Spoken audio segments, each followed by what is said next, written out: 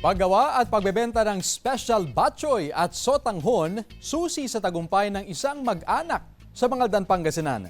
Tuhayan sa report. Nagtrabaho bilang kusinero sa Saudi Arabia si Tatay Joselito mula 2002 hanggang 2008. Pero dahil sa problema sa kanyang dokumento, umuwi siya ng Pilipinas matapos ang 6 na taon. 2008, muli siyang nagsimula upang maitaguyod ang pamilya. Sa halagang 500 pesos, sinubukan niyang magbenta ng lapas batchoy gamit ang kariton. Bilang isang taga-Bacolod, alam niya raw ang tamang timpla ng best lapas batchoy. Pumwesto sa gilid ng kalsada sa Barangay Bari, Mangaldan, Pangasinan kung saan sila nakatira. Dinumog kami ng tao, naubos ka agad. Kaya nung sumunod na araw, yung kaldero namin, palaki ng palaki. Hanggang nung yung mga naging customer namin, sila na rin sila nagdadala ng mga namin, customer. Matapos ang 17 taon, buhay pa rin ang kanilang negosyo at patuloy pa rin na tinatangkilik ang kanilang specialty na lapas batchoy at special sotanghon.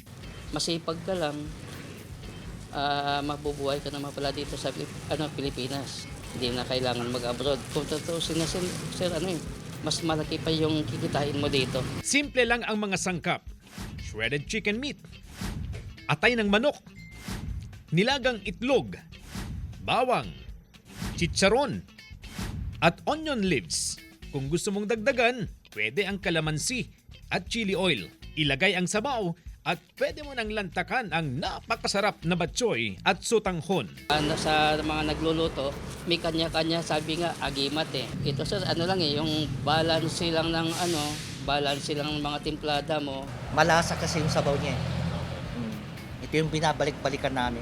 Dahil sa sipag, tiyaga at determinasyon, unti-unting nakabangon ang pamilya ni Tatay Joselito hanggang sa makapagpatayo ng sariling bahay at nakapagpundar na rin ng mga gamit. Patunay raw ito na walang imposible kung mayroon kang diskarte.